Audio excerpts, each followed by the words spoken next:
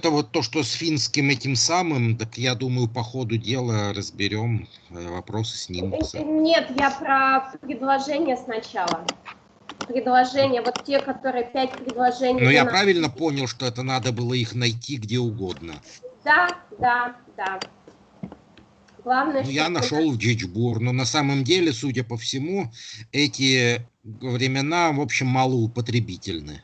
Мне кажется, еще это влияет то, что газета Джичбур, она современная, да, и как бы там уже язык, скажем, такой постепенно упрощающийся. Нет, там как раз они есть, потому что там много всяких сказок. Давным-давно, на белом свете. Но вам все равно показалось, что мало этих форм. Нет, а дело все в том, что я, во-первых, я ни в одном своем учебнике или в грамматическом справочнике не нашел объяснения про эти времена. Ни у Назарова их нет, ни в словарях грамматических справочников. У Назарова есть упоминание, чуть ли не на скидку могу сказать, 262 страница. Ну, я что-то там вот как-то, может, я невнимательно смотрел и быстро, но может, там одно предложение, ну, так это можно не заметить. Ну, в смысле, одна страничка. Вот.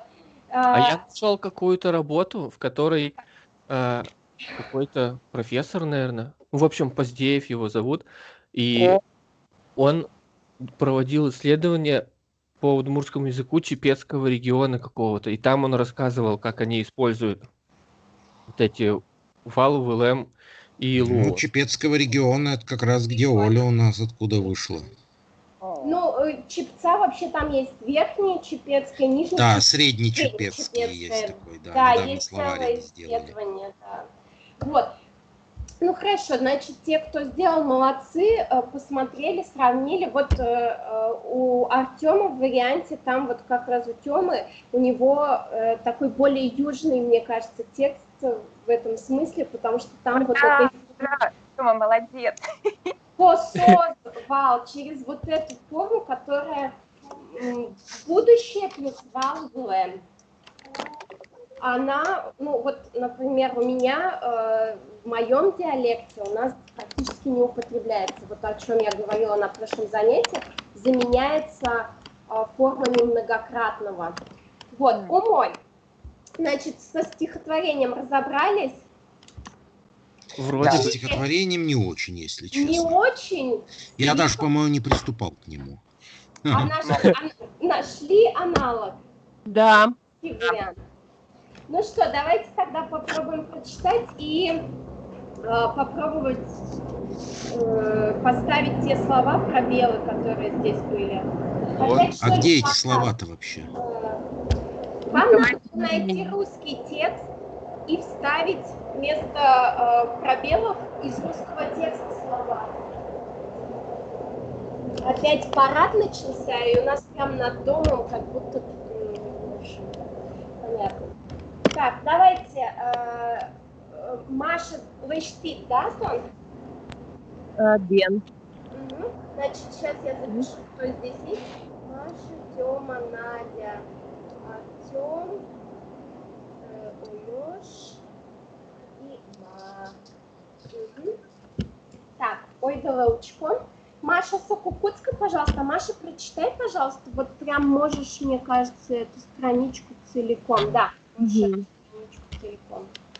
Я во втором слове уже что-то не очень вижу. Сейчас. Уж ты ча бусылсты. Уж ты где нож выльёсты. Лопата. Здесь надо было по полям. По. То есть здесь вот слово «выльёсты», мы как раз об этой форме будем сегодня говорить. Вот.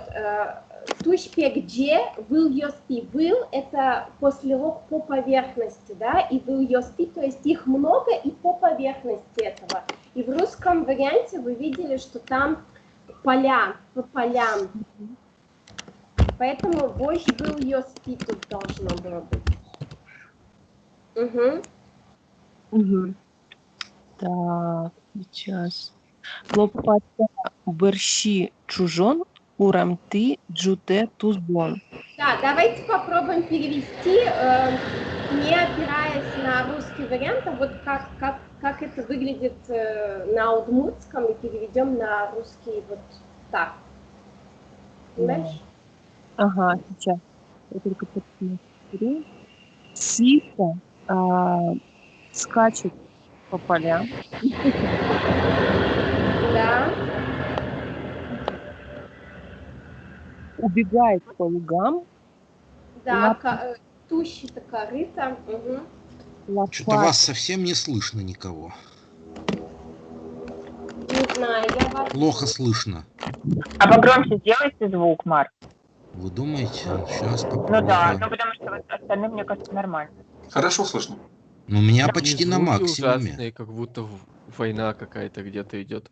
Это у меня летят самолеты. А, значит, у меня тоже скоро пролетят. Звук у меня на максимуме. Так, У меня летят самолеты, и мне ничего не слышно, да, когда они пролетают. Ага. О. Ну, сейчас это закончится. Так, вождь был ее спи, да? Лопата, борщи чужон. Как это, Маша, переведешь? борщины это... Борщи — это борщи. Это за. Да.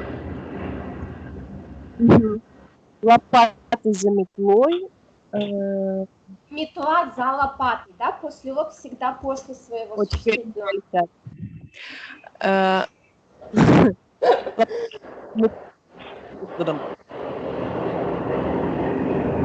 Алло. Алло. Да. Лопаты за метлой. По улице. Нет, не лопата за а Метла. метла за лопатой. Метла Все, за у меня полетели лопатой, самолеты.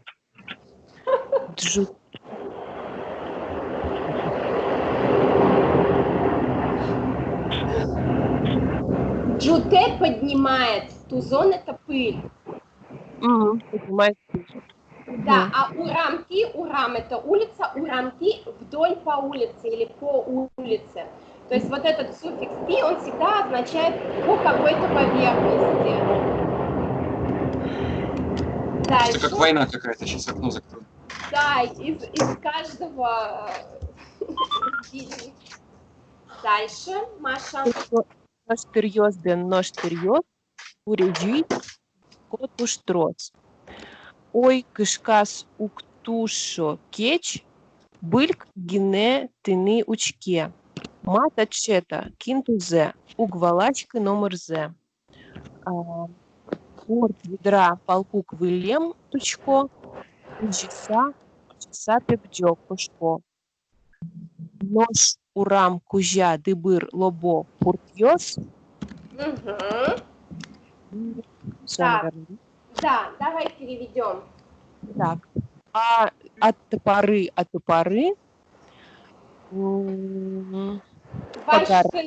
Вашкины. Слушайте, видимо, нынче больше самолетов, чем обычно, поэтому... Сейчас транспортные летят, большие такие, целыми звеньями. Понятно.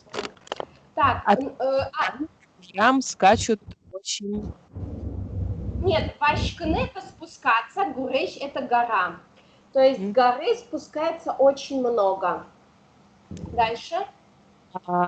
Испугалась коза. Да, тушо — это какая? Тушо, кетч.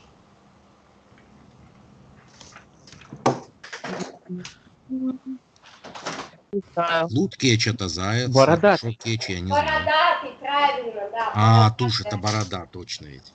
Тушь, борода, тушо, имеющий бороду. Суффикс «о» к существительным ставится, и получается, что это качество имеют. Ага. Быльк.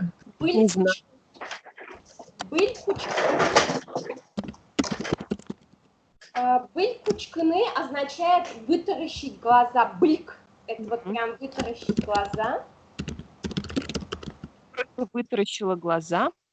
Да. Что это?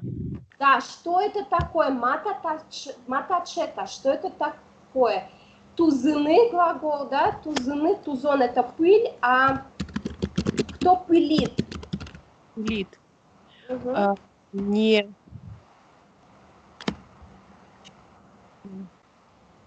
Угвалашки.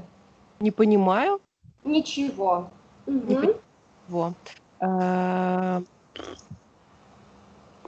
Корт это металл или железо. Металлические ведра. Да. Или одно тут ведро, скорее тут металлическое ведро. Пал куквелем тучко. Тучко это кочерга. И тут вот написано, да, про нее, что как одноногая. Пал кук это получается полноги, а вылем это словно как будто, то есть как одноногая. Кочерга. Ой, и дальше я знаю только пекджины и кошко. Пыжица, но ты часа это деепричастие, бегая и прыгая. Бегая и прыгая, убегает и пугает. Убегают, уходят. Ой. Вот. А уходит. дальше урам кужа, это мы тоже сегодня будем обсуждать, вдоль по дороге. После лоб кужа вдоль обозначает дыбыр лобо. Дыбыр Это с грохотом, я посмотрела. Громко, с грохотом. да, с грохотом. Это звукоподражательное слово. Дыбыр лобо, то есть быстро бегут с шумом. Угу. И здесь было последнее слово пуртьос, это ножи. Так, киновая щитизна, кто еще сделал, кроме Маши? А угадали, что это за произведение? Да. Да. Что это? Уже, мне кажется, первые строчки тоже. Нет, понятно. я с первых не понял. Я посмотрела сразу в последних строчках, увидела там Да, Федора. да, Да, да, да. да. Я тоже самое, я так же. Да, это Федорино горе. Угу. Так, ну что, попробуем дальше прочитать. Ну, если кто-то сделал, потому что если не сделали, то нет смысла сейчас на это тратить время. Я так не сделал, честно Я признаюсь. Я не вставляла слова. Я Мгм. тоже не вставил. Я только 2 слова вставила, которые я поняла. Давайте Или тогда, Или 3. давайте тогда это останется вам на следующий раз, потому что, ну, сейчас нет смысла это делать. Вот, значит, ваша задача найти русский вариант Федорина горе и по тексту посмотреть, какое слово там русское соответствует тому, что здесь вычеркнуто, и найти его аналог удмуртский. Да, это трудное задание для продвинутых. Нет, Ну, строчно почти. Там почти построчный перевод. Почти что дословный. да, Ну, видишь, какой ты молодец. Нашла Федорина горе. да, и вы же уже продвинутые. Вы же- Да, тем более Марк. Да Так, ладно. ну что, давайте теперь посмотрим причастие. С причастиями поработали, посмотрели, сделали? Ну, поработали. Тогда кто не сделал, будет сейчас импровизировать. Здесь А это импровизация откуда? возможна. А что за это упражнение? А не было, да? Да, Нет. этого не было. Я была. Этого Ну, не еще было. Было другое и с финским. Презентации было. Может быть, я это... Вот ладно, это было. это будет тогда на 40-й урок. Вот это было. Мгм. Этого точно не было. Вот это было. Итак, значит, здесь надо было сделать утвердительный вариант и отрицательный, то есть Да. в прошедшем времени, да, Да. страдатель. Умой. Так, оженцы кукуцком. Марк, давайте первое предложение. Давайте, значит, тулыс, кижины, бусы. Кижины это засеивать, по-моему, Да, да? да. Мгм. Да. Тулыс, значит, тулыс, кижем, бусы или тулыс, кижемте, бусы. Не засеянное и засеянное. Да, Шемер. кижем, кижемте. Умой. Маша. Туне чукна ВМ автобус и туне чукна ВМТ автобус. Точно. Сегодня утром уехавший автобус. Прибывшие в Уны, это прибывать. Нет. Мгм. Прибывший сегодня И не автобус. прибывшие. Прибывший. Мгм. Давайте по 2 слова, у нас не так много, по 2 предложения. Мгм.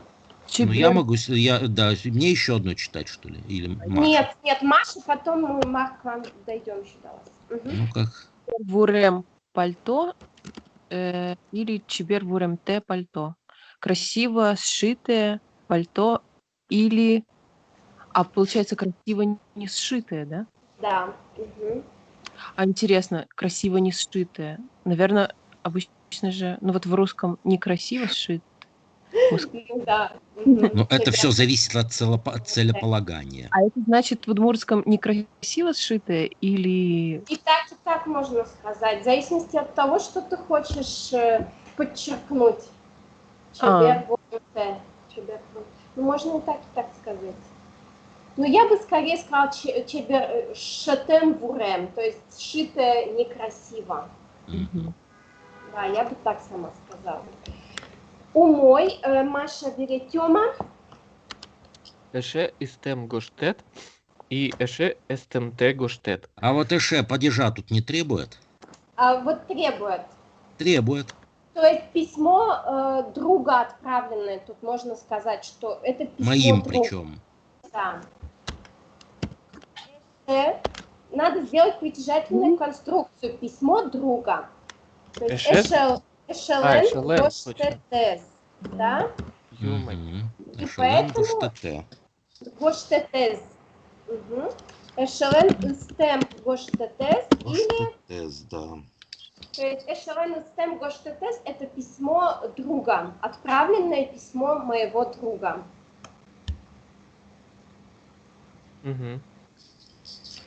И как вот неотправленное письмо моего друга. Эшелен истемте гоштес.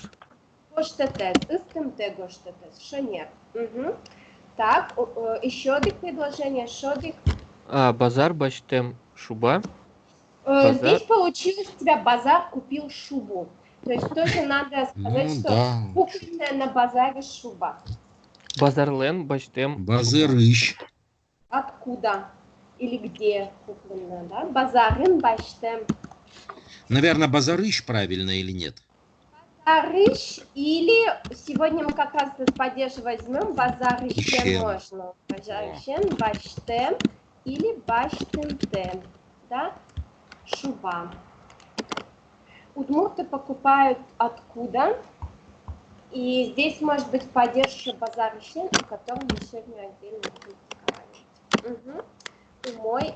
Еще какое-то предложение с чури, за попались со сложными закавичками. Надя. Джок орчины арьос. Джок орчем арьос. Да. И орчемте. Да, и джок орчемте арьос. Быстро прошедшие годы и не быстро прошедшие годы. Быстро не прошедшие. Да, долго. Долго тянулись. Армийс бертыш солдат йос. Это возвращающийся сейчас, а нам надо сделать прошедшие формы. Бертем тогда. Армийс бертем солдат йос. Армийс бертетем. Бертетем? Бертемте. Суффикс «нт» там добавляется. Бертемте, да, например, бертемте солдат йос, солдаты, не вернувшиеся. Да, как совсем грустно. Ожиж бертемте солдат йос, не вернувшиеся с войны солдаты. Надя. Так, Артем. Дас тямыс даур колдыны кар. Дас тямыс дауре колдем кар или кылдым те кар.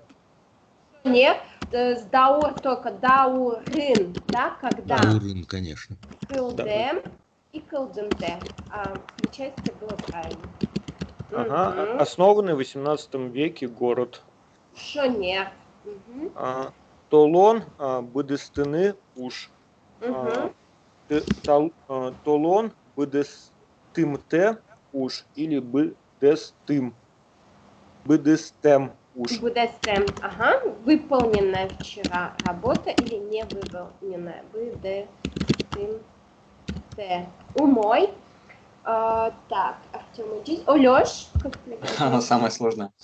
Так, 1985 год, да, пытаюсь помнить. Написанная в 1985 году Да. книга, да. Олбик Шурс, Укмыс Шур, Шонер, 80 Тямыс, как же, господи? Тон, Тямыс, Тямыс Тон, Вить, Тямыс Тон Вить. Тети. Тямыс Тон Витети. Надо Тети. сделать Мгм. пятый порядковый чтение. Тямыс Тон Витети Ар, Гоштен книга и, и Гоштем Т книга. Шонер, только тоже, да, в каком году, в каком веке? Тут будет ин на конце, да? Да, Арын или Аре, Гоштем, Гоштем Т. Умой Эшодик. Куать Арталыш Ажло, Уктыны Карка. Так. Папе 6 лет. Арталыш не будет меняться. Это 6 лет назад, да, переводится. Талыш Ажло. Как бы вот у нас та, это, как бы есть сходная точка, и мы сравниваем с этим. То есть 6 лет назад построенный дом. Куать Арын Талыш Ажло, Здесь Пуктем. ничего не будет меняться. Куать Арталыш Ажло так и останется, там ничего не будет меняться. Куать Арталыш Ажло, Пуктем Корка и Куать Арталыш Ажло, Пуктем Т Корка. Бен, Шонер, Ваймес, Марк. Ага. Марк, у вас вот 3 предложения, раз в прошлый раз одно читали. Ой, да. Это вот кваштыны, ошины, мешкины. Но это высушенное, вывешенное, по-моему, выстиранное белье, да? Угу. Кваштем, ошем, мешкем, дичкут. Или, соответственно, кваштемте, ошемте, мешкемте, дичкут. Угу. Не высушенное, не выстиранное, не вывешенное белье. Угу. Да, дальше, значит, дырас, кошкины, поезд. Дырас это вовремя, по-моему. Дырас, кошкем, поезд. Или дырас, кошкем-те, поезд. И Шодик. Но я уже 2 прочитал, еще 3. Ну Да. да, Давай. потому что чтобы быть на равных. Угу. Да, Так еще и- одно. Еще одно. Мне еще одно 3. Да. Да. А что так меня наказать-то решили? Вы же в прошлый раз одно предложение читали. Да, точно. Так, тон, быдыстыны, оскыны, ушпум. Ушпум это конец работы, так я понимаю, да. Нет, задача. Задача, да, то есть. Да. Так. Тобой, значит, это самое. Ушпум, да, ушпум, задача. Мгм. Тобой-то как будет? Тынет? Нет, не тынет. Здесь вы можете тон вообще спрятать в ушпум, и все. Ушпумед. Да. Да, твоя задача. Быдыштем, ошкем, ушпумед. Или быдыштемте, оскемте, ушпумед. Да, или можно, знаете, как сделать, да, чтобы была логика в этом предложении. Невыполненное, порученное тебе задание. Угу. Например, это может быть так. Быдыштемте, да. Тынет, да, Сейчас оскем. я вам напишу вариант, как это может логически звучать. Тны доскем, ушпум, да, тебе порученная, тебе доверенная задача. Тны оскем, но выдестынте, например, так можно сказать. То есть порученная тебе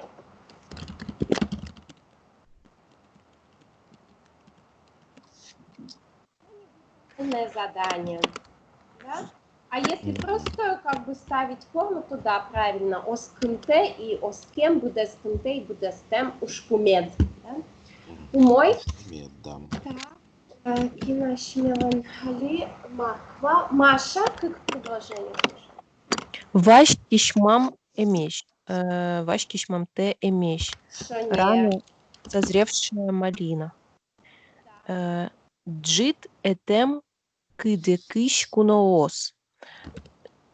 Или этемте.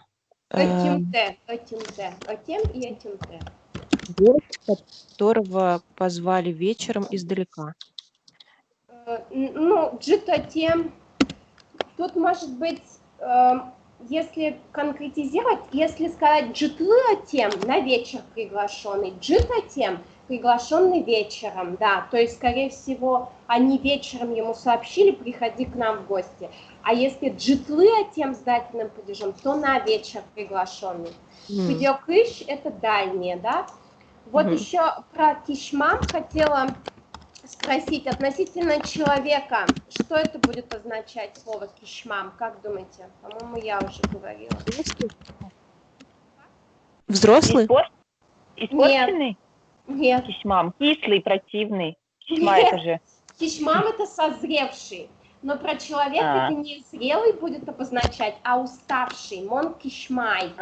Кишмам адямим. То есть кишмам адями это уставший. Типа созрел, чтобы отдыхать? Созрел, чтобы отдыхать, да. Все, я типа готов, я созрел. В том смысле, что все, я перенаполнил все уже. Выполнил все. Умой. Так. А кыдекиш-то здесь куда ставить? Так же, как и в этом словосочетании перед куноос? Да, да. Потому что это, ну, как бы более постоянная характеристика. Дальние гости и приглашенные. То есть дальние это больше, как бы, более длительная, что ли, характеристика, более постоянная. Так, умой. Маша лыджис Тёма.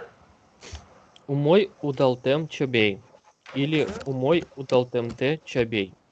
Тоже, да, умой удалтемте хорошо не созревшая или не уродившаяся хорошо. Да, типа хорошо созревшая, либо не созревшая пшеница. Да, удалтемте. Умой, эшовик. Берсултем студент. Или берсултемте студент. Что это? Это поздно вставший студент. Или поздно не вставший студент. И берпумети Надя. Ага. Деич утялтем сад. Деич утялтем. Нет, стоп. Утялтымте, да. Причем написала я нормально. Утялтымте. Это хорошо убранный сад, да, и нехорошо убранный сад. Да, у глагола утялтыны есть... Утялтыны это более южный вариант. Есть у него несколько синонимов. Чередины. Это более северный вариант. И калтыны. То есть это все убирать, делать порядок, наводить порядок. То есть вот эти слова. Калтыны, мне кажется, это, ну, это абсолютно северный вариант. Чередины тоже северный вариант. Умой и... А вот последний я вообще не поняла. Причем здесь кузьманы? Это дарить, нет? Подаренные, типа. Час, в смысле наручные часы. Да. Подаренные кем? Эшезлен? Нет, эшезлен? Другу, моему другу или мой друг. Тут может быть разные варианты в зависимости от того, как ты поставишь форму эше. Тогда если... тогда кинлы, да? Можно эшемлы. Эшелы. Эшелы кузьмем баштем час. Кузьмам баштем. Либо кузьмымте баштемте час. Шонер. И могло быть, вариант мог быть еще такой, что, например... Купленные, но подаренные? Купила и решила себе оставить. Часы моего друга купленные, но не подаренные, да. Вот у меня проблемы потому что я прогуливаю, видимо, с Господи, а как ти тогда? Ти? Кинлэш? Эшелэш? Надо сделать притяжательную конструкцию. Эшелен часес, часы друга. Да? Хозяин Эшелен предмета. часес. Мгм. Мгм. А Хозяин эшелэш не подойдет сюда? Эшелеш часе – это когда часес будет в аккузативе. Тогда хозяин Мгм. встает в падеж лэш. Мгм. Эшелен часес кужма как я сказала-то? Кужмем. Баштем, кужмамте. Эшелен баштем, но кужмамте часес. Да, если ты поставишь их в постпозицию, они будут уже глаголами в значении сказуемого. А здесь нам надо сохранить значение, определение как прилагательное. Поэтому эшелен баштем, но кужмамте часес. Часы моего друга купленные, но не подаренные. Да? Умой. И еще один упражнение, было еще одно упражнение. Значит, здесь на самом деле ничего сложного не было, надо было поставить либо вал, либо луос. И за счет этих слов у нас есть форма настоящего времени. План переносился либо в будущее, либо в прошедшее. Так, Надя, учись. Артем. По два предложения. Бутен кык предложение. Гоштет, чебер, гоштемын, вал. И будущее. Гоштет, чебер, гоштемын, луос. И берег тучком. И как переведем? Красиво написанное письмо. Прошедшее. Было написано... Гоштемын, вал. Было написано красиво. Красиво письмо. И будет написано красивое письмо. Если мы хотим гоштемын сделать в препозиции, то есть красиво написанное письмо, как это будет звучать? Чебер, гоштем, гоштет. Шонер, чебер, гоштем, гоштет. Тоже мой. И шоди предложение, еще одно предложение. Выш челкыт чужемын вал и выш челкыт чужемын лос. Кызибер кто? А вот перевести я не смогу. Ага. Попробуем. Чужон сегодня было уже слово чужины. Да. Это подметать. Подметенный пол. Да, здесь... выш, да, пол. Пол или мост еще бывает значение, но здесь логично, что вряд ли мост подметает, хотя в нашей стране может быть всякое. Вот. Значит, пол красиво или некрасиво, аккуратно, да, чисто, аккуратно подметен был, будет и есть. Так, умой. Артем учись. Олёш. Университет учтемын эвелна. Вот по-русски пытаюсь понять, как перевести. Опять тебе сложное попалось. Учтемыны. Учтемын – это причастие в постпозиции, и оно обычно соответствует краткому причастию в русском языке. Здесь будет переводиться, что университет еще не открыт. Учтемын эвелна еще не открыт. Тебе надо теперь учтемын эвелна переделать в план будущего и в план прошедшего. То есть надо вспомнить, как вот у нас слово «вал» в прошедшем времени, да, как оно будет в отрицательной форме. Как вот «мон вал», а я не был, как будет? «Эйвал». Эйвал. «Вос», а отрицание будет? Сейчас скажу. Так, это у нас будущее. Уз, по-моему, да? Да, умой. То есть надо теперь, тебе на самом-то деле учтемын менять не надо, надо просто вот «велна» поменять вот на... Я понял. Тогда, если мы говорим в прошедшем времени, тогда университет учтемын эвелна. Эйвална. Университет учтемын эйвална. То есть либо ты говоришь «вал», положительное, либо эйвал отрицательное, не может Да-да-да. быть два в одном предложении. Это как Ваня will сказать, есть, нету, так нельзя. Ну и будущее. Университет уштемен узлу на. Угу, еще не будет открыт. Уштамын эйвална еще не был открыт, и уштамын узлуна еще не будет открыт. Угу. Умой. И шодик предложение, еще одно предложение. Та книга толон бештемен. Эта книга вчера купил, да? Эту книгу вчера купил. Куплена. Эта Куплена. книга вчера куплена. То есть краткое причастие. Баштамын. Та книга толон бештемен вал. И та книга толон бештемен луос. Шонер. Вот смотри, как ты переделаешь на баштамын, то есть здесь предложение переводится «эта книга куплена вчера». Как ты скажешь «купленная вчера книга», то есть переставишь между «та» и «книга» слово баштамын, то есть не в постпозиции, а в препозиции, как это будет звучать? Та книга баштем талон. Ага. Та толон баштем. Вот так будет. Та толон баштем книга. То есть вот в этих причастных конструкциях существительное всегда в самом конце должно быть. Ясно. Угу. Умой. Улёш, Марк. Как предложение? Петыр из гурты школе у жены Иштемын. Истемын. Петр направлен в школу в Каменное. Шонер из гурта Каменное Завяловского. Да, по дороге из Ижевска в Сарапул.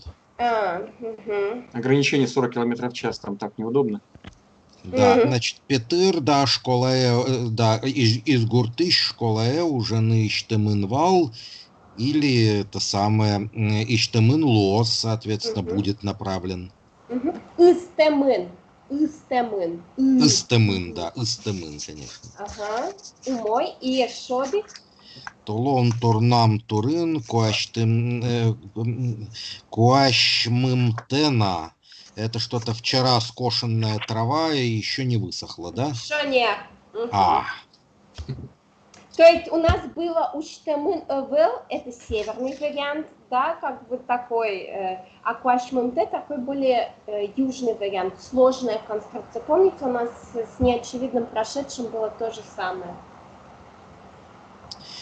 Ну, тогда, наверное, она будет какой-то куаштем эвел. То есть у вас, по сути, куашмемын эвел, вот этому соответствует. Как еще раз? Куашмемын эвел. Куашмымте это что? Куашмемын эвел. Я не услышал, как с эвел, какая форма. Я написала ее, посмотрите так, на экране. Куашмемын эвел. Куашмемын. Куашмемын эвел. Это что? Это куашмемын эвел. Куашмемын лос, конечно, можно сказать, но это будет бессмысленно. Но если талон. Почему? Ну, талон тогда убирать надо. Да, талон надо убрать. Ну, просто там, допустим, тунне, да. Тунне турнам турын, куашмемын лоз. Шонер, да. А прошедшее прочитали? Да. Толон турнам турын, куашмемын вал. Волни уже было, я бы добавила ни. Волни, да. Умой. И шодик. Да черт, мне все время 3 предложения-то дают. Почему? 3 что ли? Да. Все, не буду больше мучить. Маша. Кажи эвел, точнее, кажи эйвал на кижемын. Да. Кажи узлу на кижемын. Шонер. Горох еще не был посеян, и горох еще не будет посеянный. То есть мы, по сути, вот это will просто переделываем на будущее или прошедшую форму. Умой и шодик. Эмеш кишмамын и нива, эмеш кишмамын и нилуос. Снова малина была созревшей или малина будет еще не созревшей. Ага, умой и Тёма, берпомети кык. Шиты пэштэмте вал. Угу. Суп был поставлен готовиться и... Ага, не сварен, можно так, не приготовлен. Ну да. И шит пэштэмте луоз. Суп поставлен готовится. Ну, приготовлен, то есть. Угу. То есть, по сути, вы могли бы еще сказать вот пэштэмте вал или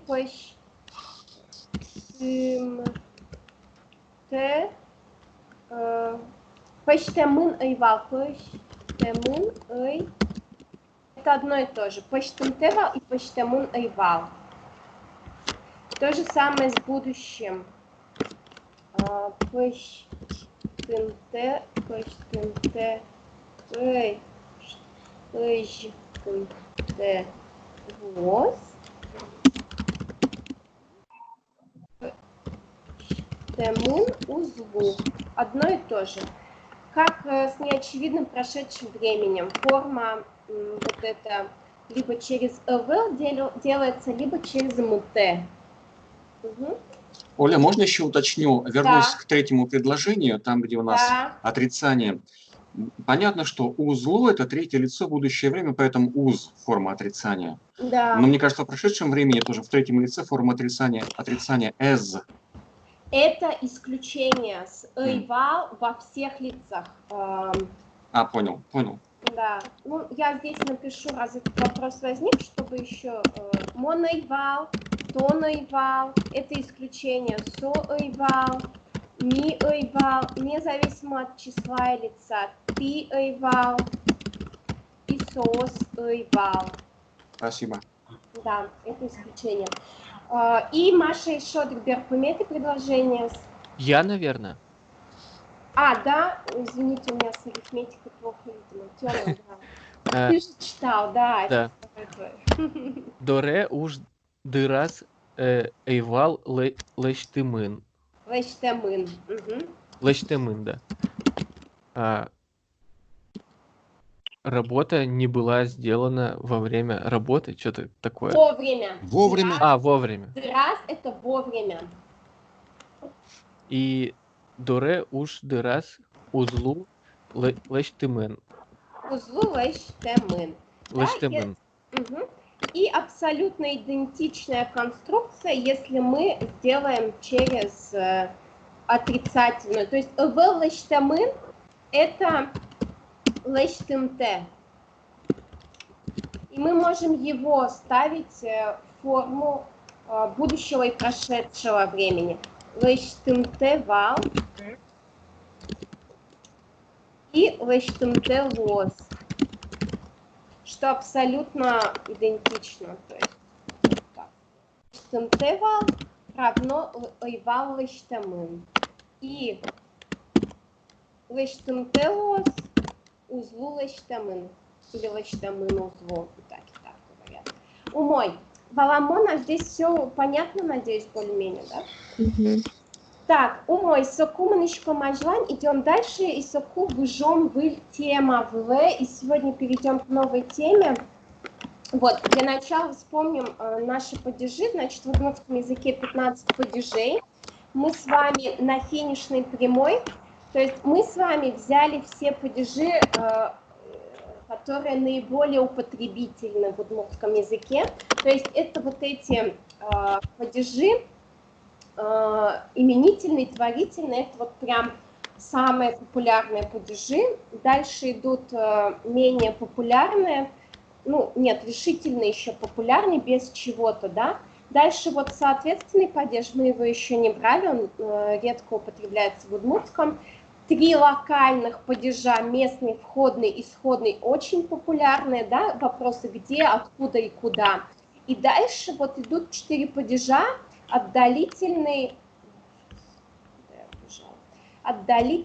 переходный, предельный, направительный, которые тоже локации обозначают, но употребляются реже и очень часто заменяются чем-то другим. Я назвала эти 4 падежа клем-млем. Это, не знаю, это клем-млем вообще остатки, но словарь дает значение отбросы. Но я бы не говорила так грубо, то есть это именно остатки, поскребыши такие, если мягко, да. Кляны от слова кляны оставаться, а мылены тоже это значение оставаться, но когда, ну, это нюанс удмуртского языка, ладно. То есть это, по сути, два слова означают оставшийся. То есть у них есть небольшие нюансы. Вот, итак, давайте посмотрим эти 4 падежа вместе, потому что, во-первых, они реже употребляются, и, во-вторых, они в некотором роде, некоторые из них образуют пары, противопоставляются друг другу. Да? Значит, мы тоже посмотрим, как они образуют притяжательное склонение и простое склонение. Вот, давайте по отдельности, по каждому падежу отдельно поговорим. Так, сейчас я вот это перенесу про... Да, игра была «Ал наш ищен я рожь». Шонер, да. Итак, смотрите, начнем с отдалительного падежа. Он у нас сегодня всплывал как раз в каком-то предложении. Он похож на исходный падеж, то есть он похож на суффикс «ищ», да, который нам знаком. То есть он тоже обозначает точку исхода.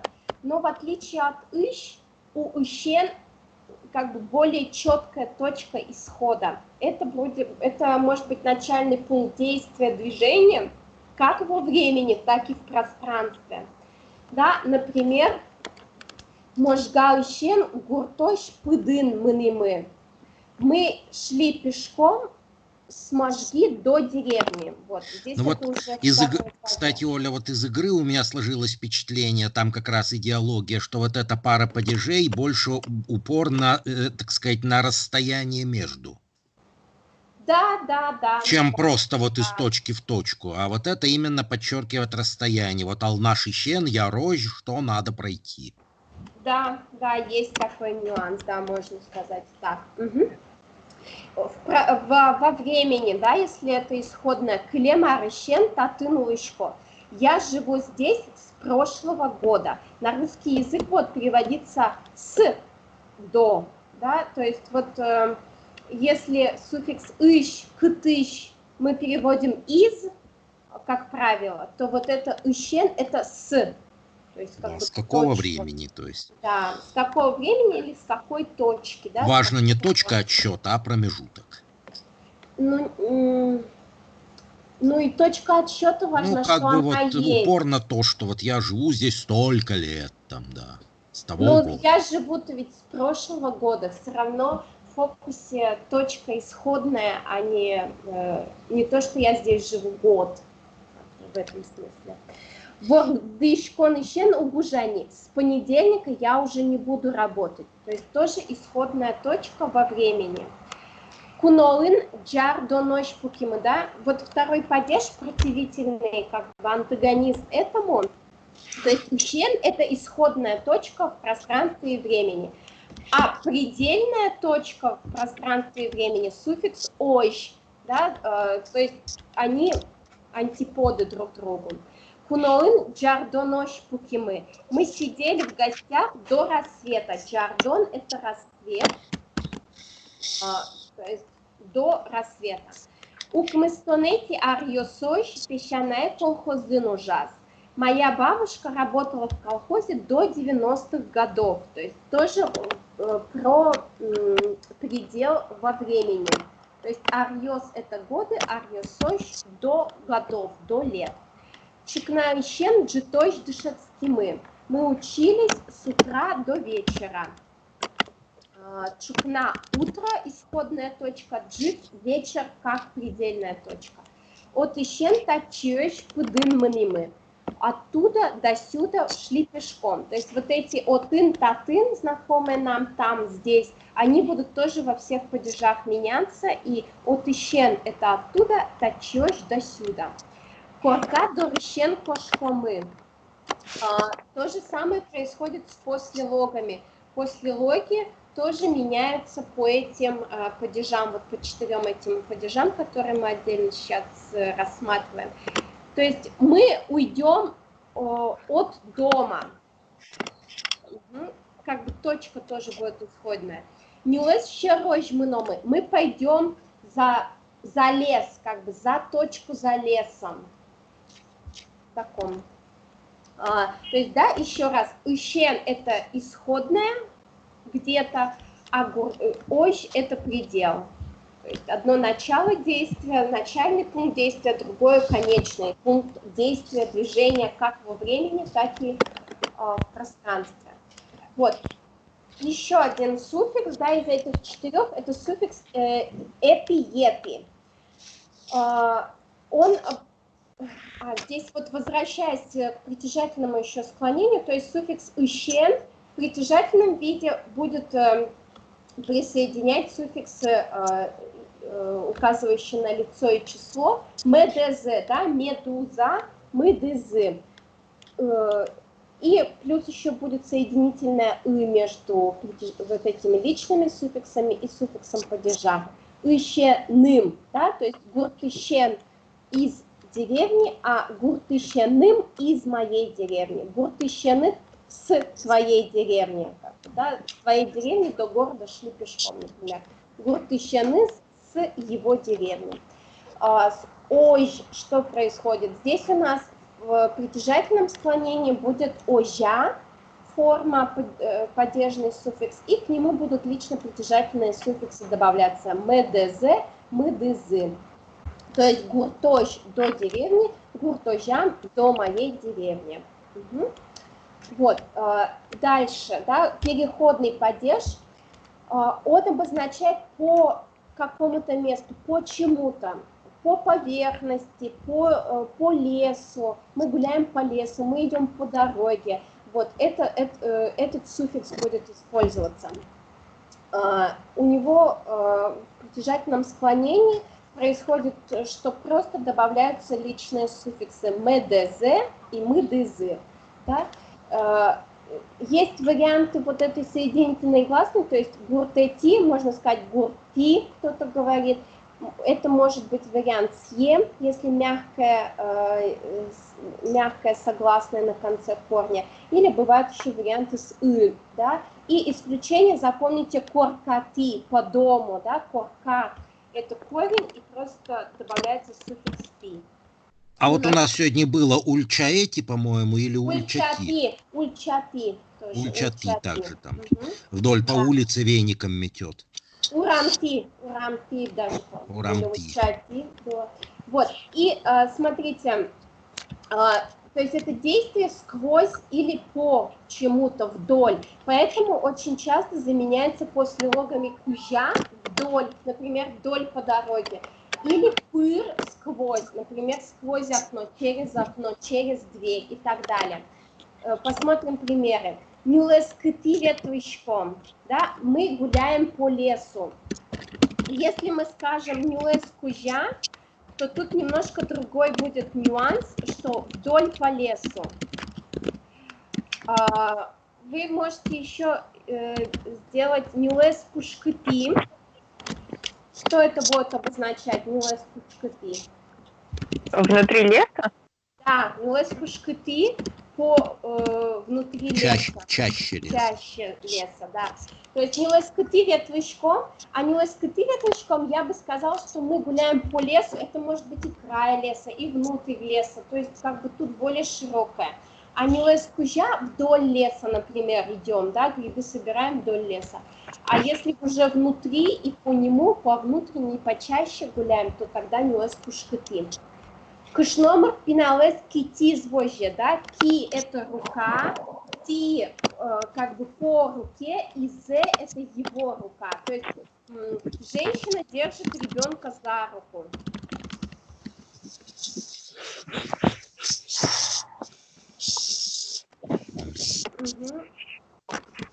Дальше. Пичипи хочешес быштис кутис. Маленький мальчик схватил кота за хвост.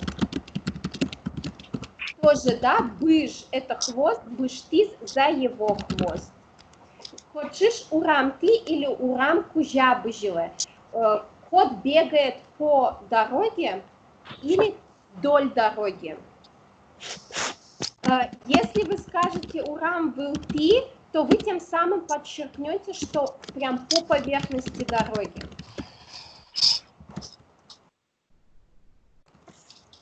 Урам кужа это может быть, что он и на обочине бежит, просто вот по длине этой дороги. А урам ты это более широкое, не подчеркивается, что по поверхности дороги, а как бы более такое обширное, что ли. Анае азбаре бакчати пыре или бакча пыре, да, то есть заходит через огород. То есть это может быть либо через послелог пыр сквозь, либо бакчати, да, через суффикс ти. Ватситимы, луджажигьёс лобджиса кошко. Дикие гуси пролетают над нами, над нашей головой. То есть это у нас от послелога ватсын. Ватситимы, да, во-первых, ти это суффикс как бы по пространству над нами, скажем так. И мы указывает, что это наше. Сети потыком мемьелаш люкишкыком. Песня невесты. Выходя через дверь, да, сепыр, синонимичный вариант. Выходя через дверь мою, когда расставалась с моей мамой. Угу. То есть вот у этого суффикса «ты» по, вдоль значение основное и сквозь. Ну, то есть, если урам кузя, то это идет прямо, а если зигзагами, то урам ты. Марк. Прямо тоже. Прямо тоже. Ну, то есть, не уточнение, прямо зигзагами. Может быть, еще, знаете, кузя, я думаю, может быть, это еще влияние какое-то русского языка, да, потому что по-русски нельзя сказать одним словом по дороге, поэтому кузя, может быть, это все чаще заменяет урам-ты, потому что это больше похоже на русский язык. У меня еще такое предположение есть. Ну, вполне возможно. А вообще, что это за послелог кузя? Кузя – это ведь еще и обозначение людей есть. Коня кузя, да, сколько человек там, да. Ну, кузя, может быть, в значении вдоль произошло от слова кузь, да, длина, по длине. Может быть, да, скорее всего. А почему с людьми длина как связана, не знаю. Ну и последний падеж из этой группы клем-мылем падежей, это направительный кинлань, кудлань. Да, его вопросы. И это вот единственный локальный падеж, который может употребляться с личными именами одушевленными, с одушевленными предметами. Да? То есть остальные мы не могли сказать. Здесь может, то есть, например, гуртлань, адями, лань, в сторону человека. Здесь суффикс лань. Легко присоединяется в притяжательном склонении, то есть просто лично притяжательные суффиксы, и дальше идет суффикс лань. Ничего сложного нет. На севере республики, например, вот эта лань вообще, не, ну, можно сказать, что не употребляется, абсолютно заменен послелогом пала, в сторону, к сторону, да, то есть пал, это, помните, у нас половина, да. Палесмур, да, палкук, одноногий, и пал это вообще в сторону какую-то. Например, здесь какие примеры? Хуаш тулыслань коришке. Погода делается в сторону весны. То есть это мы переведем как погода к весне, да, по-русски, наверное, так. Оля, вот вопрос да. Можно? Да. Вот это, у нас же был этот самый еще местный падеж с варшудных форм, там же тоже лань. Они практически идентичны. Там Игралань. Игралан. Там было игралан. Где? Там... Да, игралан.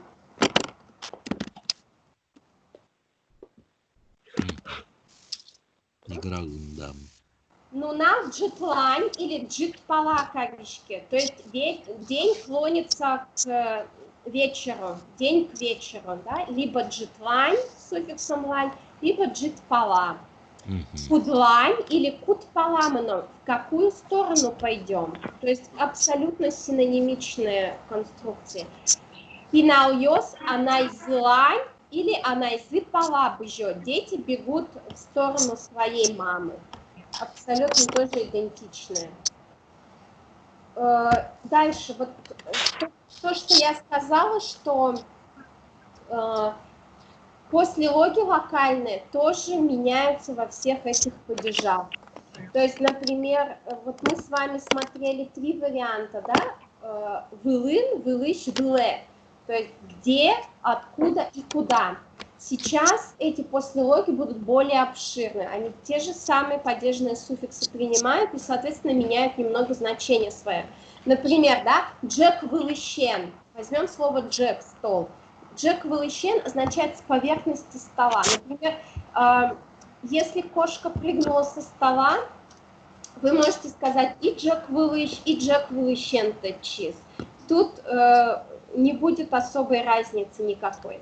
Джек вылти ветле ходит по поверхности стола. Джек вылощ, ну, до поверхности стола, ну, так реже скажут в данном вот значении. И получается, что с суффиксом лань здесь уже самостоятельные слова образуются. Вылань – это наверх, да. То есть уже нельзя употребить Джек вылань, так уже не скажут. То есть это абсолютно автономные слова происходят уже. Лань – это вниз, дорлань – это в сторону дома, да, от слова дор. Бордлань, ну так вообще не говорят, и тут скорее будет значение уже в сторону стены.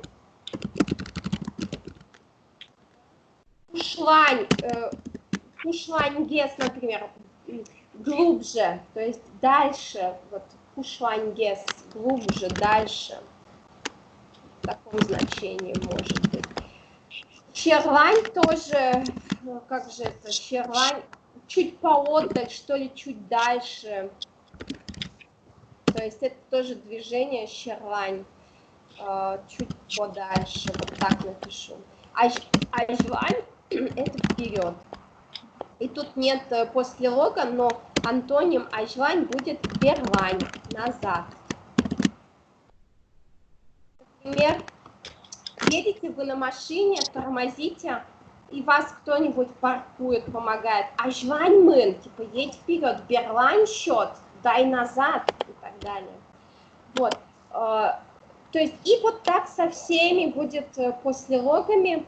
Ну, тут будут какие-то, например, исключения полын, полощ, ну так нельзя сказать, потому что полын это среди, и сказать до среди как-то даже по-удмуртски не получается.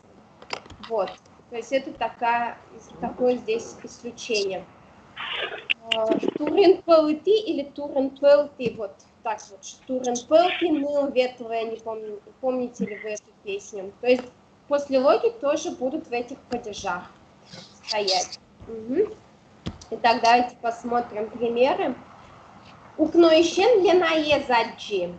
Или я увидел Лену из окна.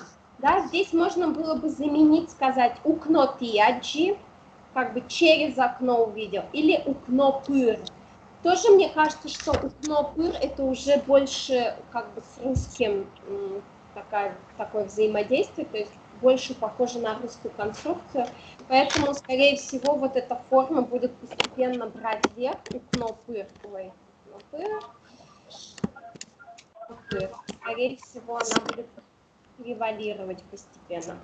Клема Арыщен Катя и Шкарынулы. С прошлого года Катя живет в Москве. Магазин Тямысыщен у Жанны Куцке. Магазин начинает работать с 8. Ишкарыщен Кузонойш или Казанёйш поезден мыноно. Из Ижевска до Казани надо ехать на поезде. магазин Ищен, Монпьевый Женгерты. Из магазина я позвонила сыну. Да, вот это тоже, вы могли бы сказать магазин Ищ, Монпьевый Женгерты. Но когда вы говорите магазин Ищен, вы указываете точку, что вы в ней находитесь.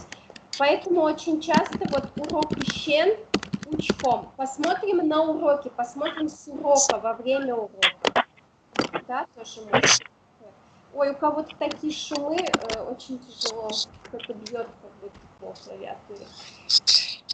Дальше. Предельный падеж. Можгаош машинаен мыним. До Можги мы ехали на машине.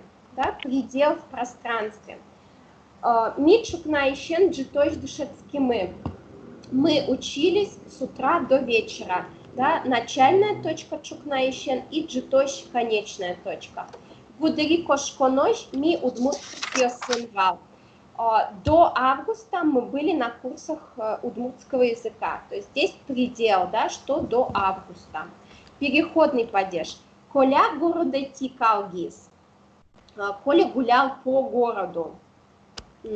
Если вы скажете городын калгис, он гулял в городе, да, как бы тоже возможно.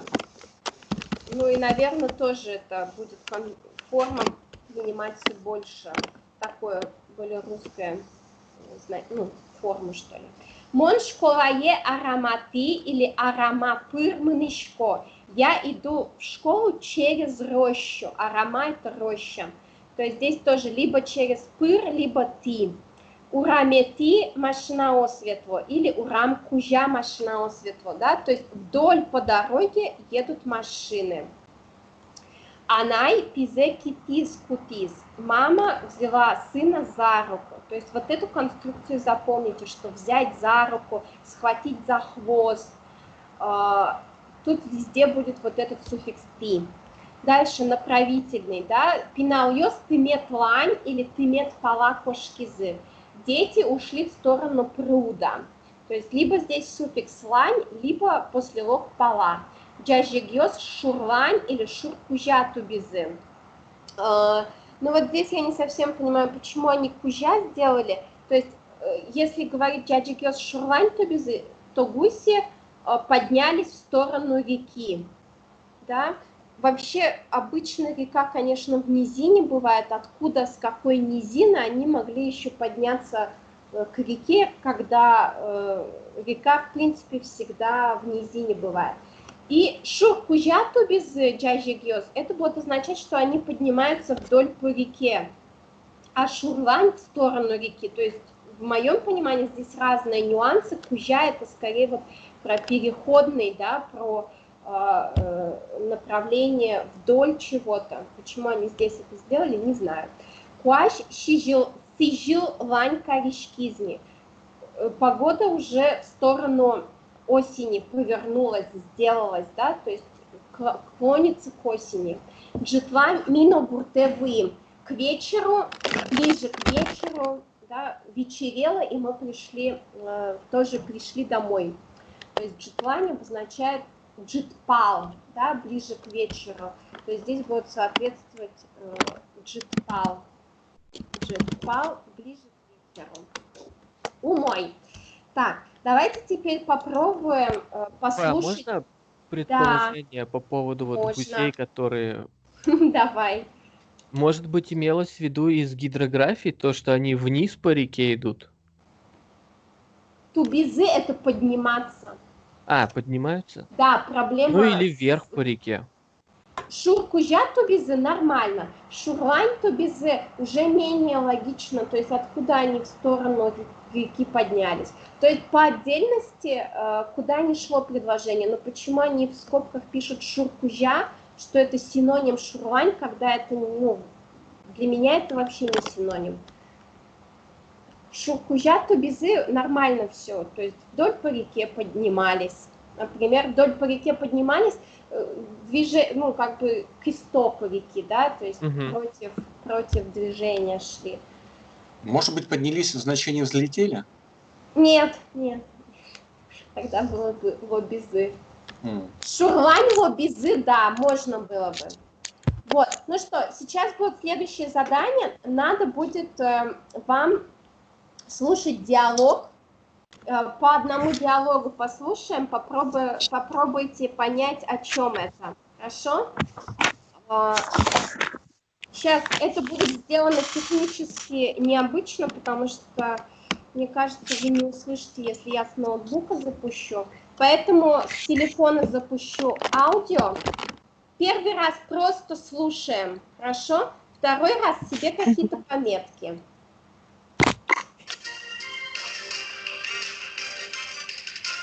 Сейчас. Сейчас. Я скажу, когда начнется. Практически ничего не слышно. Слышите, нет? Очень плохо. Оля, можно погромче?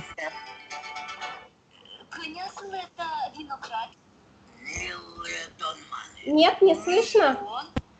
Но я не разбираю. Не слышно. Слышно, но так слабо, в половину О. громко. Плоховато, да. Если никто не перебивает, то все слышно. Да ладно. Может, Если я Попробуй. сделаю так, что я вам отправлю файл, и каждый прослушает, да? Все равно же, наверное, с компьютера не слышно, да? Сейчас, давайте, у меня же есть с вами. Сейчас попробуем с компьютера, в прошлый раз вроде не шел.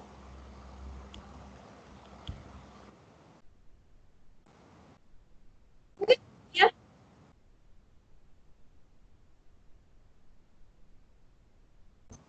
Слышно вам или нет? Нет. Вас я слышу. Нет. Сейчас вообще не было, да, звука?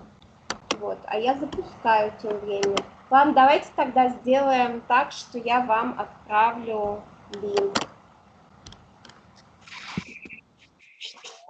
Ты можешь прям перетащить в чат этот файл. Да, я вот сейчас его сейчас. В смысле, из VLC? Это VLC? Ну, наверное, не знаю. Его можно как файл скинуть прямо в чат. Не, и из Я папки, поняла, вот, да. я поняла.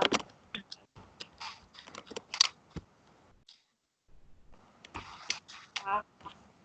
Не закрывается. Там.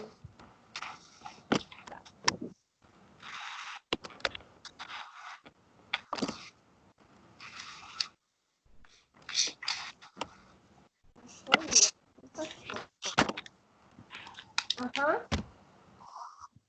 Так, с 2:50 начало. Только честно, не открывайте учебник, пожалуйста, ладно? Весь учебник не надо. Ну ладно.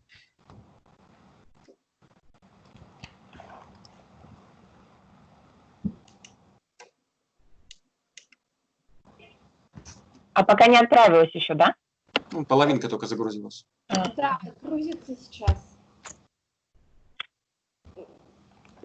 Почему, как можно сделать так, чтобы я запускала и слышали остальные? Не знаете? Потому Там что не как-то знаю. в настройках скайпа. Микшером надо да. поиграть с нами. Что? В настройках, может быть? Да, либо в настройках скайпа, либо в настройках микшера самого компьютера. Надо просто играться, сидеть, проверять. Наверное, компьютер думает, что это шумы. Чтобы... Да. Так, Нет. ну вот у меня. Пришло? А ну-ка, Пришло.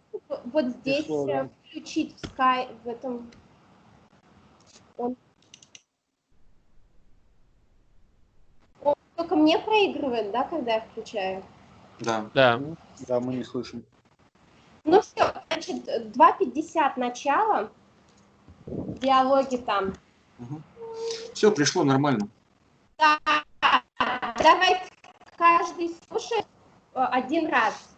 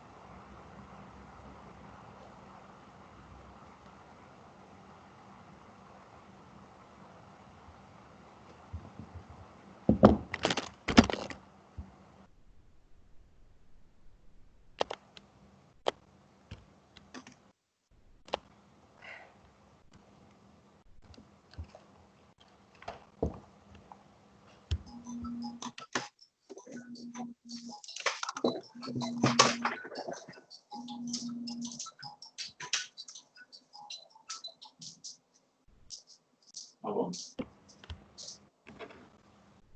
Так, а прослушали один раз? Алло. Один раз Я не прослушали? могу проматывать почему-то.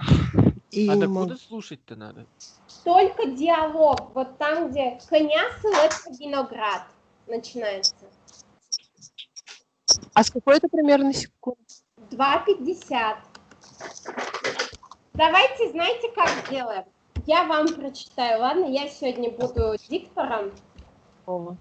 Я прочитаю, ваша задача первый раз просто послушать. О, Лёш, сейчас уже я буду диктором. Первый раз просто послушать, второй раз уже какие-то себе пометки сделать, а третий раз я вам какие-то вопросы задам и точечно уже вот прям на них искать ответ. Хорошо? Мирочки. Итак, но я не смогу так воспроизвести, как у них было в диалоге, потом дома послушайте.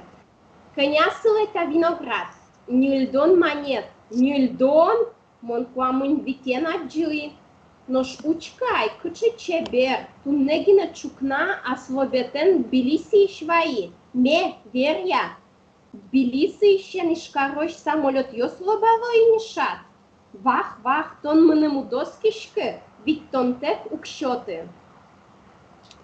Угу. Кто-нибудь хоть дошел до этого в аудио? Да. Нет. Да. Нет, дошли. Вот. Да. Итак. Тбилиси ещен из корощ самолет слаболойни. Да. Как, Вах. так интересно, да, что книга 2005 года, но она не потеряла своей актуальности по поводу самолетов из Тбилиси в Москву. Да, по-прежнему самолеты не летают. Угу. Итак, сейчас какие-то вещи, которые вы понимаете, себе фиксируете кратко, да, чтобы восстановить можно было диалог. Конясыл это виноград, нюльдон монет, нюльдон монкуамын витен аджуи, нашучкай, куче чебе, туннегина чукна аслобетен Тбилиси и Шваи, ме веря, Тбилиси еще нишкарош самолет йослобало и нишат, вах, тон мному доскишке, ведь тон тек укщоты. Угу. Итак, юан йос, да, значит, запишите цены, 3 раза здесь, ценник 3 раза здесь фигурирует. Да, цены уже не актуальные для сегодня. Цены, да, плюс 1 нолик надо добавлять. Вот. Умой, значит, давайте так, надо еще раз прочитать или понятно, в принципе? Да, понятно. Давайте попробуем. Значит, Маша, кинчаришта диалог, Мартатын. Та диалог, я не знаю, как сказать, Чарыш. Виноград. Виноград. Вечервищ. Адями.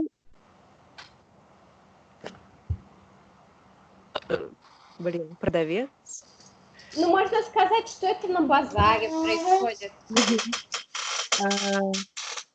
Ой, у кого такой стул скрипучий. Это мой. Ага. Так, базарын.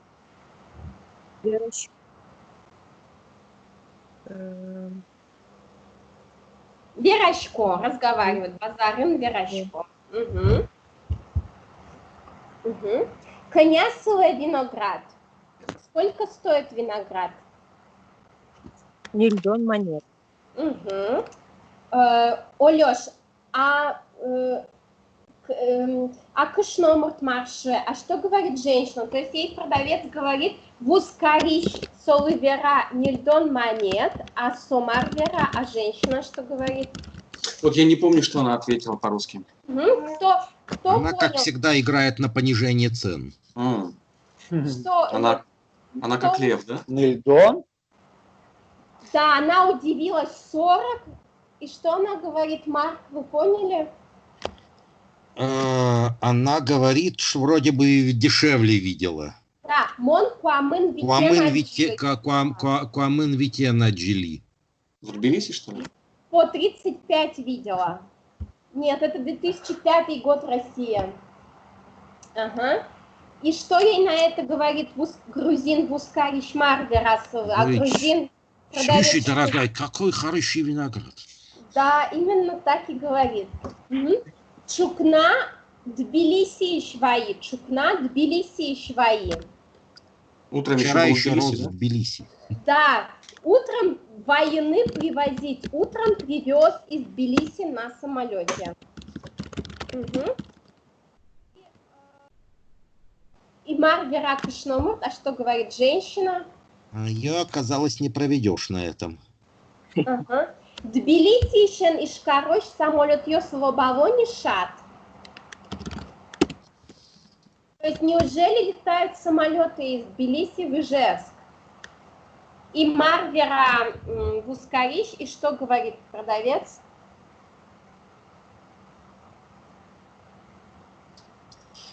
Томынем уг оскишкы. Да, тонмынем удоскишкы, ведь тонтек укшоты. Ведь тонтек укшоты меньше 50 не отдам. Цены возрастают. 50 не отдам. Добрый. Да, потом еще послушайте дома. Итак, следующий диалог. Кытын татын вузало кучапиосты. Тынет солань мыноно. Емыш радиос вискыти орчоно. Нож собере кудвань. Бур палала, палян палаа. Тыни сощашка лавка дорыщен, паляне кожодно, коняке орчиса сокуй каджот. Тау. Эшокпо. Кучапиос — это какие-то щенки, по-моему. Да, Щеночек. Щеночек, да. Кытын татын вузало кучапиосты. Где продают щенков? Да. Тынет солань мыноно. Солань. Тебе туда, в ту сторону. В ту сторону, да. Шанер, да. Емыш радьос вискыти орчоно. Что это? Мимо чего-то, мимо чего? Емыш — это фрукты, по-моему, эти фруктовые.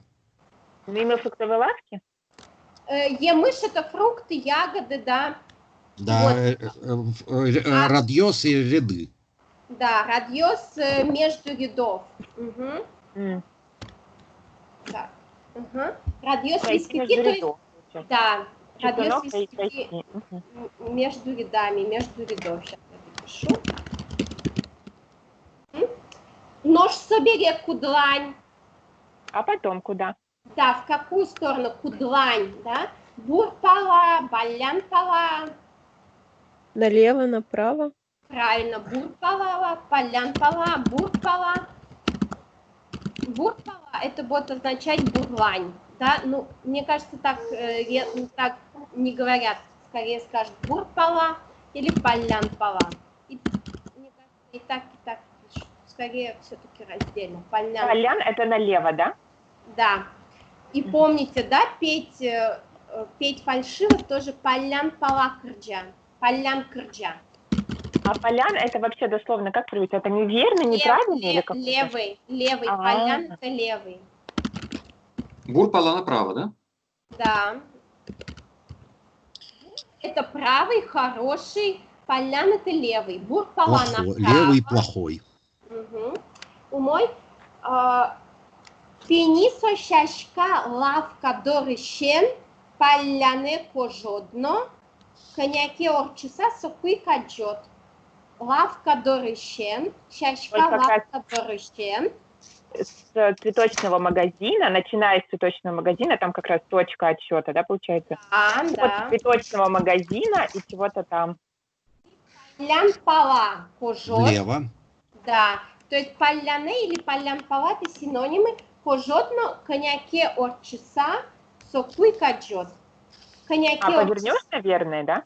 Да, пожет – это пожены, поворачивать.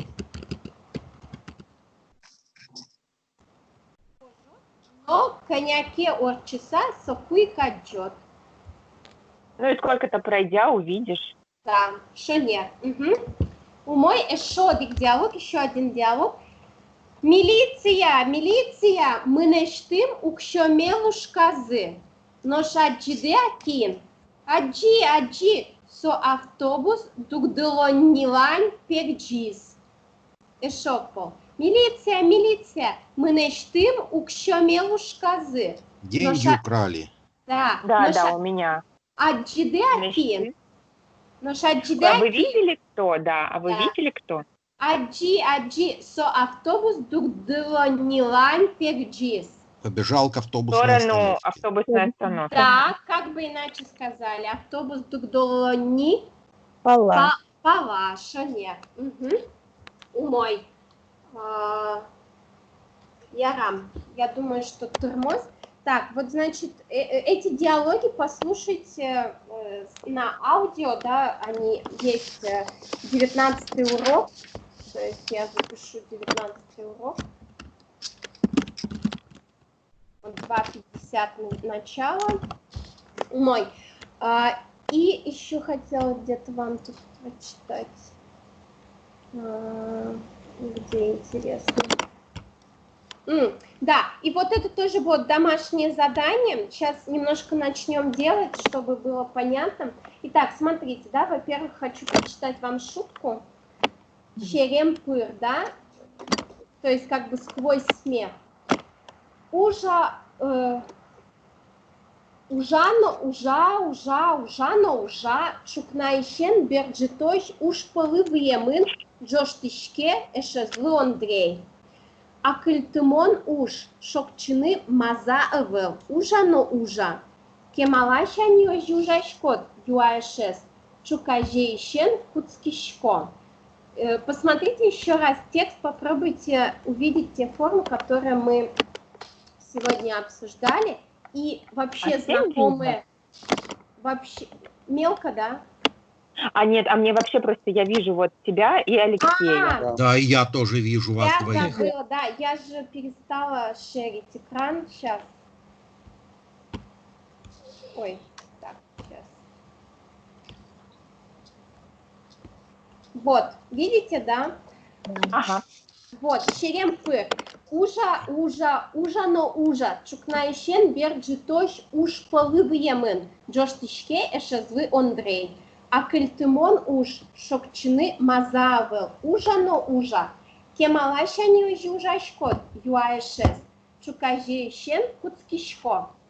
Вот, попробуйте увидеть, найти знакомые конструкции, знакомые грамматические формы, которые сегодня изучали, которые смотрели до этого, там есть такие.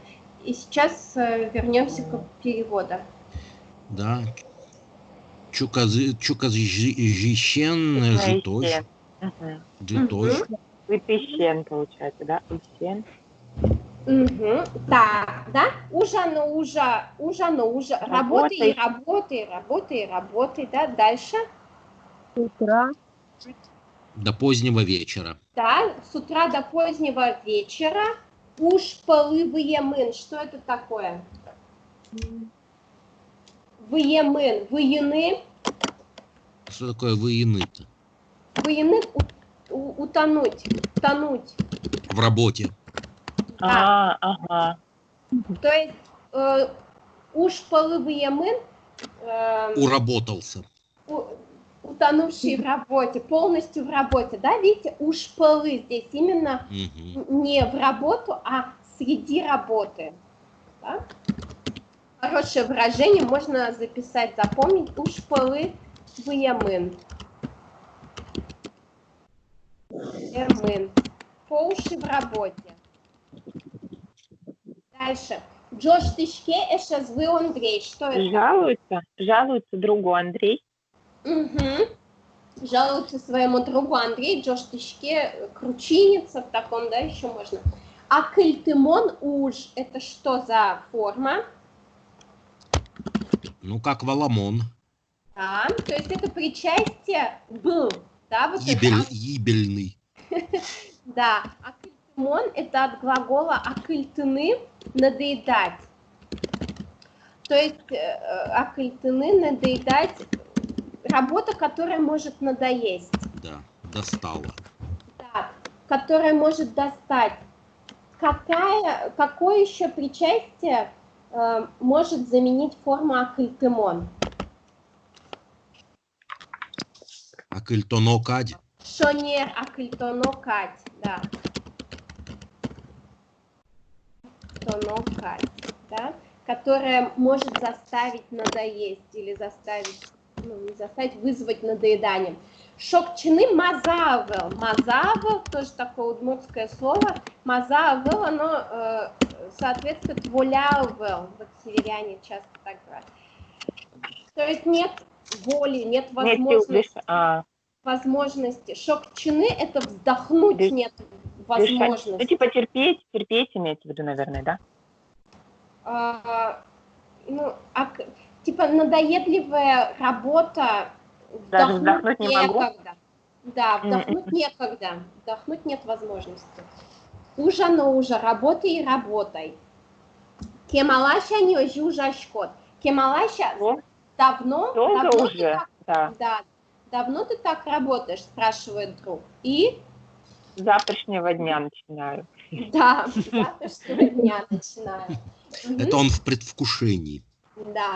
Итак, смотрите, вот это предложение будут гуртеуш, вацалы тупаш вошьет и татьёсты. Как раз вот из этих 4 падежей,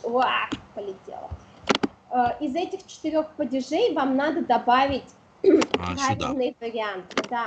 Тут может быть сложно в плане перевода, в плане понимания предложений. Вот это из лабыр-лабыр. Да, это из лабыр-лабыр.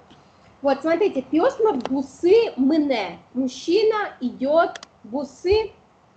Какие тут могут? Тут может быть несколько вариантов. Бусы, да? бусы Поэтому эти. вы делаете как бусы эти мыне, да, идет по полю.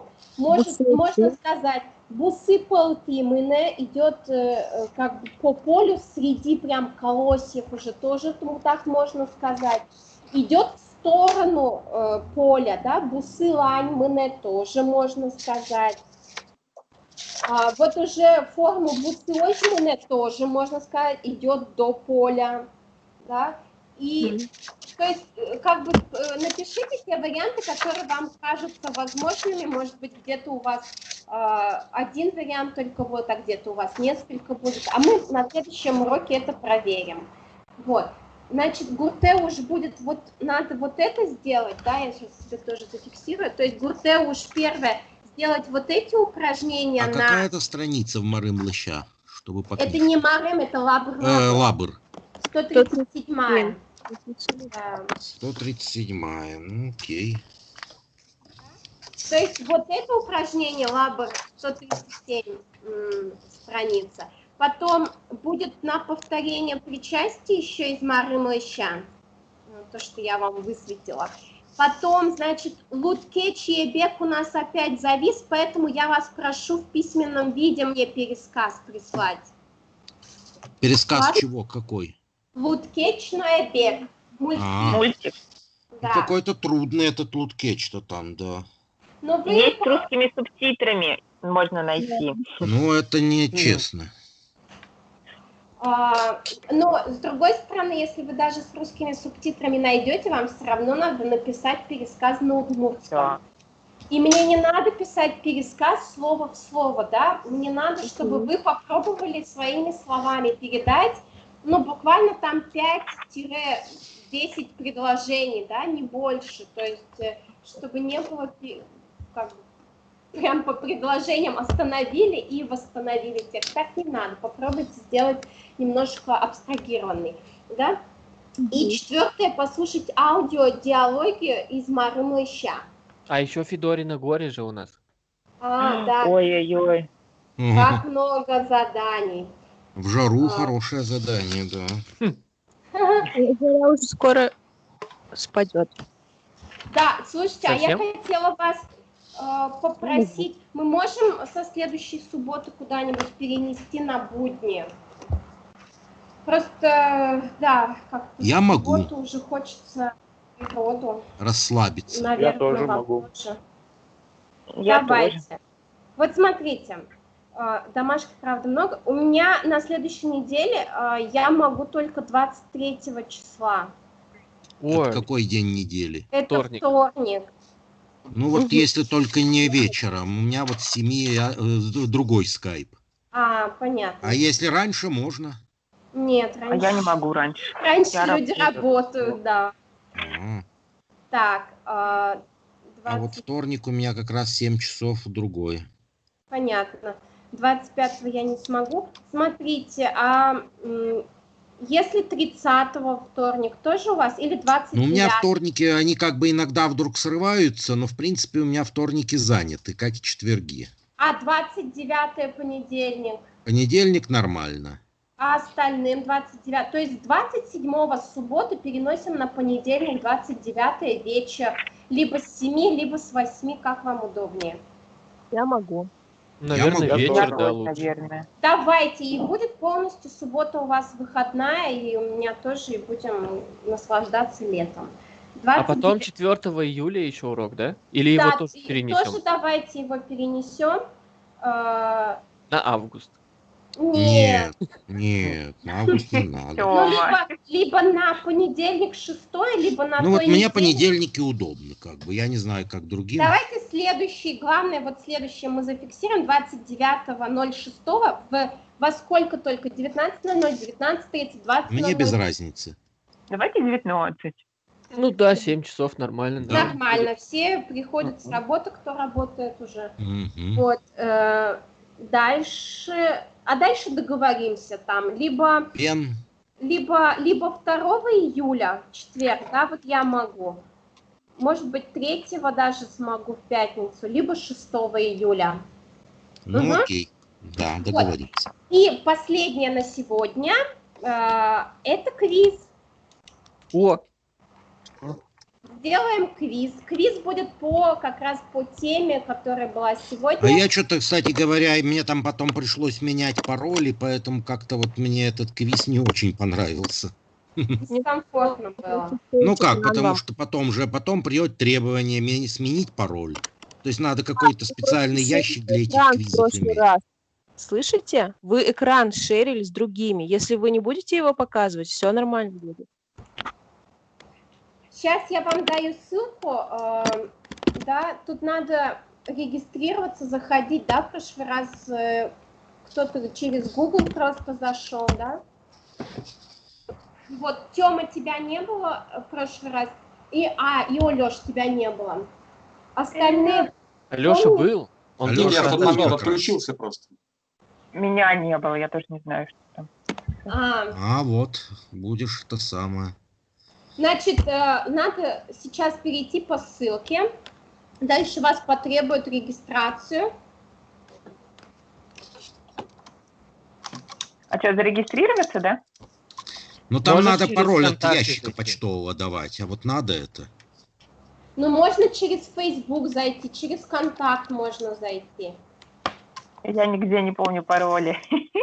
А он просит каждый. Ай-яй-яй-яй-яй-яй. У тебя уже зайдено в компьютер куда-то, ну или с чего ты сидишь, то тогда тебе не нужно будет пароль свой указывать. Если что, Gmail, я уже внутри Gmail, Ну, и вот мне не пойду. нужно будет.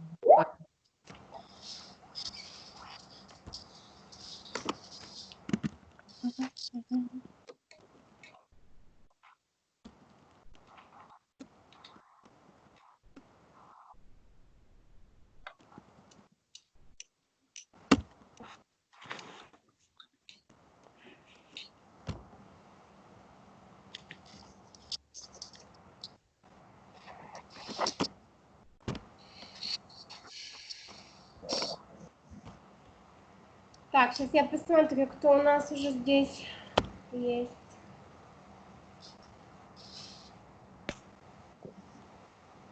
Четыре человека. А нас сегодня 1, 2, 3, 4, 5, 6. Еще двоих кого-то нет. Я Ну, уже меня пришел. нет. Я регистрируюсь сейчас, я просто А вы, медленная. Марк, решили не участвовать, да? Да, я не буду участвовать. Хорошо.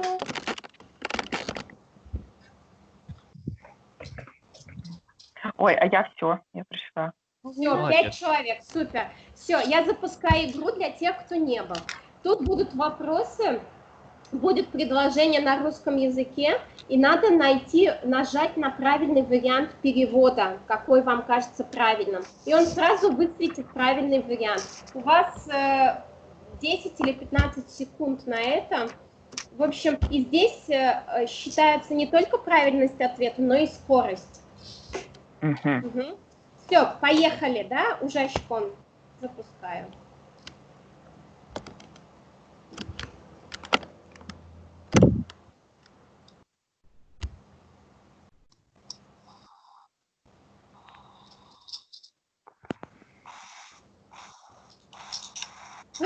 Бегает по полу, бегает по полю, ладно. Да, здесь бусы полын выжилы, ну нет, не совсем. То есть именно тут, где по поверхности чего.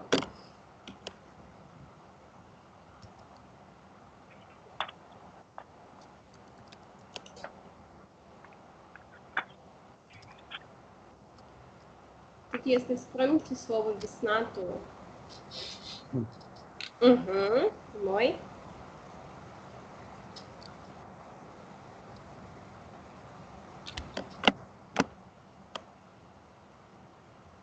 Как бы исходная точка. Начальная.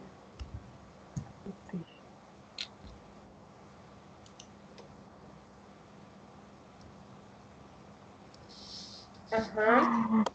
О, большинство щерысь. Да, тут начальная точка, что оттуда начинается. Едет по дороге.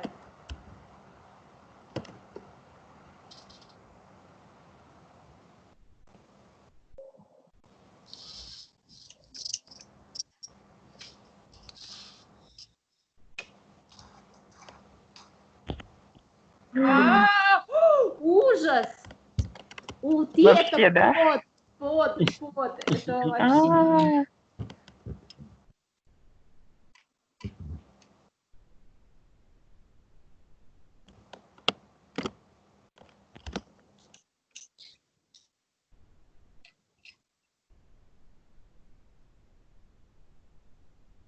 Ага, правильно. Телефон так это и без телефона было бы.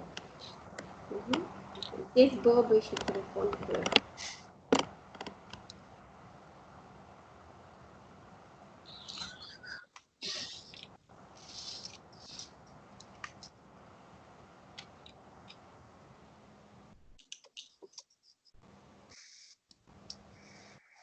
Ага, заречь доречен шонтом, значит, от моря махнем, то есть начиная от моря, точка исходная будет.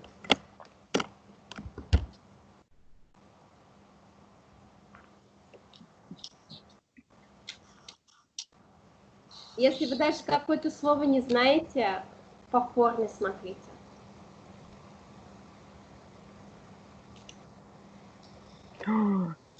Ой, нет, это я Ну, неправильно. да, Подождите, да. это я Это неправильно вот ответила. неправильно, да. Вы Зардунулась. все правильно ответили, да, это я неправильно поставила.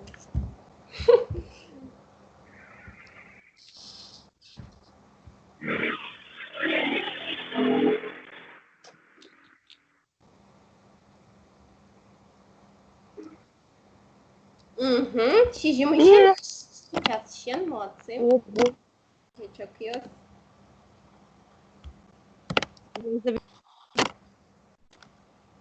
Здесь на сообразительность.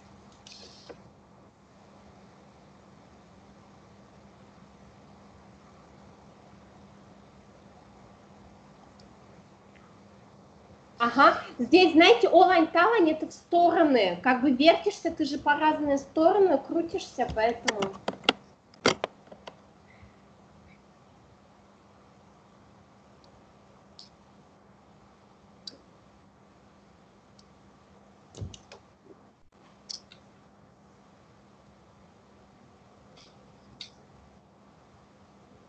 Угу. Катимати, это просто надо запомнить, что это молниеносно, да?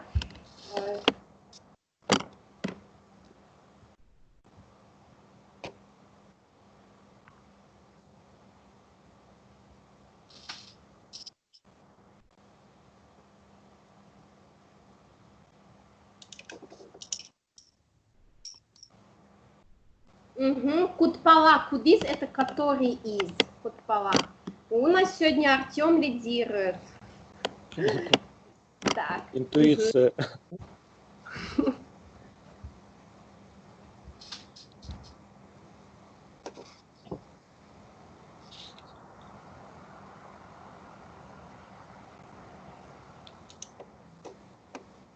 Угу. То есть здесь про расстояние мы именно будем использовать точку начальную, исходную и конечную.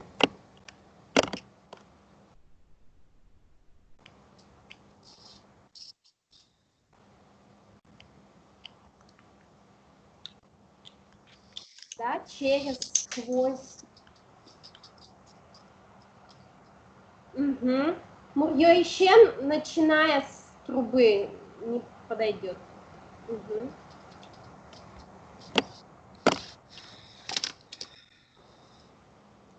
Здесь аккуратно на суффикс смотрите.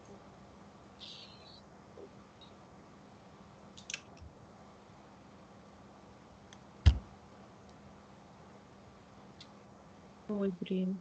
Ой, нет, это я неправильно опять здесь Да. ответила. Здесь китимы куцкыса, здесь именно через мы, да, потому что это наша рука. Извините. Черт.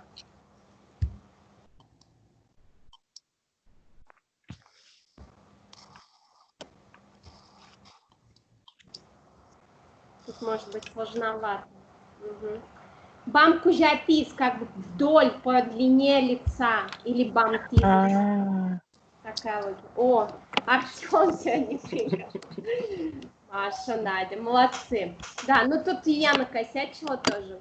Ладно, Таубаджим, надеюсь, что запомнили вот эти формы. Тогда мы с вами встречаемся 29 июня в 19:00 в скайпе. Домашнее задание, вам как раз много домашнего задания, я вам все отправлю, напишу еще раз, чтобы было. Это получается следующий понедельник. Да, то есть у вас как раз выходные, чтобы сделать домашнее задание.